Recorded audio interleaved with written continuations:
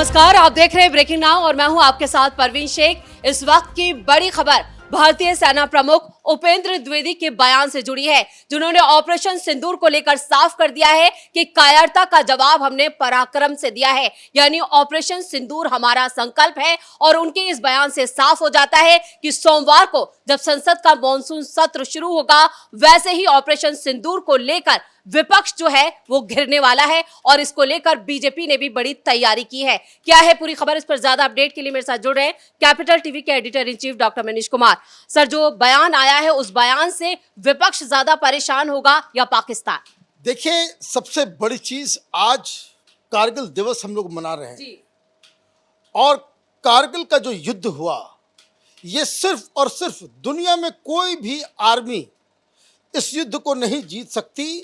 ये हिंदुस्तान की आर्मी का पराक्रम है कि आप ऊंचाई में बैठे हुए सैनिकों को, दुश्मनों को, पाकिस्तानियों को आपने वहां से मार भगाया और इस तरीके से हराया कि पाकिस्तानियों को इतनी शर्म लग गई कि अपने मरे हुए सैनिकों की डेड बॉडी तक वो लेके नहीं जा पाए। तो आज हर हिंदुस्तानी के लिए गर्व का दिन है, कारगिल दिवस है।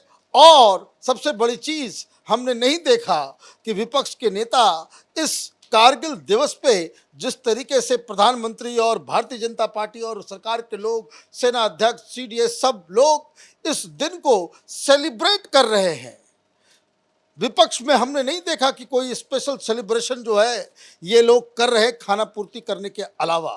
तो ये एक फर्क हो जाता है अप्रोच का। बिल्कुल, सिर्फ खड़गे का एक छोटा सा ट्वीट जरूर आया इसको लेकर। उससे क्या, आपको तो ओबीसी करना है।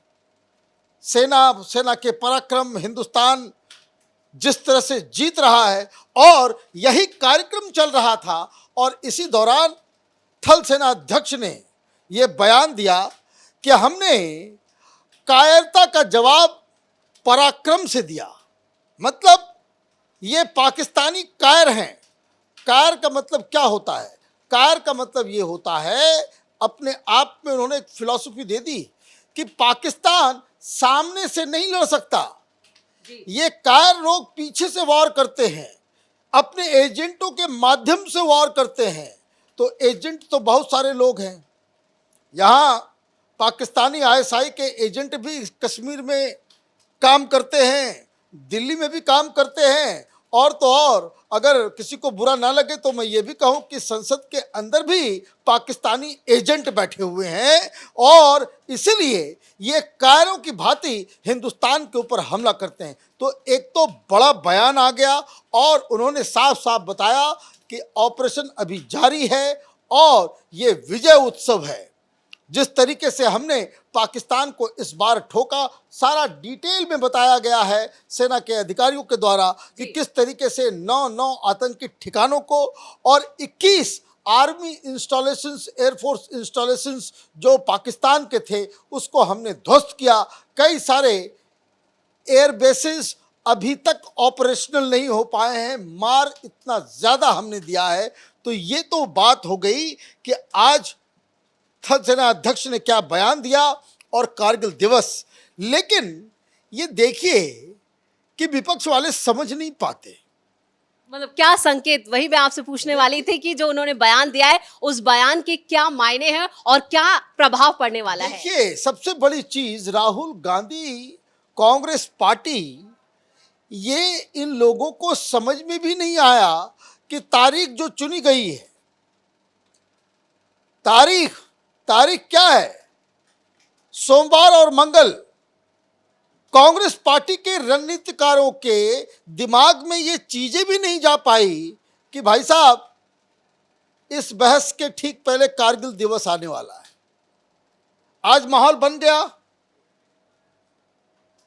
सेना के अधिकारियों की तरफ से बयान आ गया और पार्लियामेंट के अंदर ऑपरेशन सिंदूर पे बहस होने वाला है। और वो इसलिए होने वाला है क्योंकि ये बाकायदा ये लोग मांग कर रहे थे। कौन लोग? मांग जो हो रही थी ये कांग्रेस पार्टी की तरफ से मांग हो रही थी। कांग्रेस पार्टी वाले ही कह रहे थे कि हमें डिस्कस करना है। अब डिस्कस कीजिए। तो जो जानकारी आ रही है कि पूरी तरीके से तैयारी शुरू हो गई है, तैयारी पूरी हो गई है। बताया जा रहा है कि रक्षा मंत्री राजनाथ सिंह डिबेट की शुरुआत करेंगे और उसका ही जवाब देने में तो ये लोग फंस जाएंगे। फिर अमित शाह का भी नाम आ रहा है कि वो भी जवाब देंगे और विदेश मंत्री जयशंकर भी जवाब देंगे। और देखिए कांग्रेस पार्टी की जो मानसिक जो अवस्था हो गई है, आज जयराम रमेश ने चीज़ों को पलटने की कोशिश की। क्या कहा उन्होंने? कहा कि देखिए आज जो उनका जो भाई ऑपरेशन सिंदूर के ऊपर डिस्कस करना है ना, आज अचानक से प्रधानमंत्री विदेश में है। मालदीव जैसा देश जहां हिंदुस्तान को भगाने की पूरी कवायद, चाइना वहां बैठा हुआ था, वहां से विजयी होकर के प्रधानमंत्री एक बहुत बड़ी डिप्लोमेटिक जीत के साथ वापस आने वाले हैं। और जयराम रमेश कह रहे हैं कि अमेरिका के साथ रिश्ते खराब हो गए। भाई रिश्ते कैसे खराब हो गए? क्या हो गया? कहने का मतलब ये है कि इन्होंने भी पैतरेबाजी शुरू कर दी। ये जो स्टेटमेंट इधर से आया है उसका इम्पैक्ट पार्लियामेंट के अंदर होने वाला है, ये जानते हुए आपने गोल पोस्ट चेंज करने की कोशिश की। ये कहा कि भाई डोनाल्ड ट्रंप को तो बड़े दोस्त बताते थे, अब ये जो है, अरे भाई दोस्ती से क्या होता है? दोस्ती से क्या होता है? दोस्ती के चक्कर में 71 के वॉर के बाद शिमला समझौता में पाकिस्तानियों ने इंदिरा गांधी को बंदर बना दिया। ये मेरे शब्द नहीं है, ये मानिक शॉ ने कहा कि Bhutto made a monkey out of Indira. ये बयान फील्ड मार्शल का है, मानिक शॉ का है। वो ये बात कह रहे हैं कि आपने क्यों, वही चल रहा था अंकल, हाँ ये भुट्टो परिवार गांधी परिवार के रिश्ते लोगों को नहीं मालूम है। तो आप ये जो पर्सनल रिश्ते होते हैं वो डिप्लोमेसी में वो 1% भी काम नहीं आता। हर देश अपने नीति के मुताबिक अपने सेल्फ इंटरेस्ट में, नेशनल इंटरेस्ट में वो फैसले लेता है। और आपको तो सबूत देना चाहिए कि भाई क्या नुकसान हो गया, अमेरिका से क्या नुकसान हो गया। और अगर आप अखबार वगैरह ठीक से नहीं पढ़ते हैं तो ये आपकी समस्या है कि पाकिस्तान किस तरीके से वो फंस गया है अमेरिका के चक्कर में, बेइज्जती होकर के उसको चीन से भगाया गया। तो ये सारी चीज़ों पे नहीं जाना चाहिए कांग्रेस पार्टी को।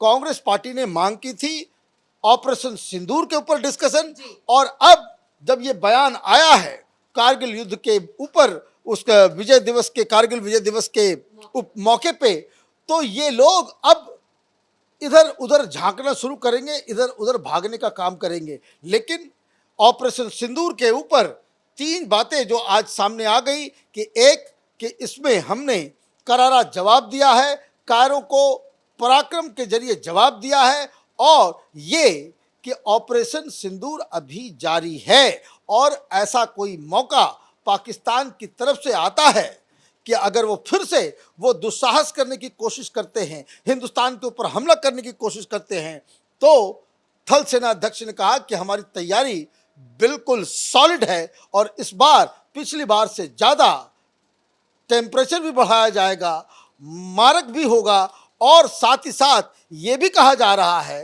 कि इस बार लड़ाई बिल्कुल फाइनल किस्म की होगी। तो कहने का मतलब ये है कि ऑपरेशन सिंदूर के ऊपर चर्चा करने की मांग विपक्ष ने जो किया उसमें विपक्ष फंसता हुआ नजर आ रहा है। लेकिन सोमवार को क्या सदन का जो तापमान होगा वो भी काफी बड़ा रहेगा, या विपक्ष जो है वो पूरी तरह से बैकफुट पर? देखिए ऑपरेशन सिंदूर पे हमारा ये अपना आकलन है कि विपक्ष सत्ता की तरफ से जो सवाल उठाए जाएंगे, जो जवाब दिया जाएगा, वो 1 घंटे तक बर्दाश्त नहीं कर पाएंगे। और मेरी बात मानिए, राहुल गांधी सदन के अंदर बैठ नहीं पाएंगे, क्योंकि ये काम ही ऐसा हुआ है। सरकार के पास बताने को बहुत सारी चीज़ें हैं और आपके पास सवाल पूछने के लिए सिर्फ इलॉजिकल बातें हैं। पाकिस्तान का प्रोपेगेंडा है, चीन का जो है प्रोपेगेंडा है, और वो अफवाह जो पूरी दुनिया में एंटी इंडिया लॉबी फैलाता है, उसको आप सच मानकर चीज़ों को आप बताएंगे तो आप ज़्यादा एक्सपोज हो जाएंगे।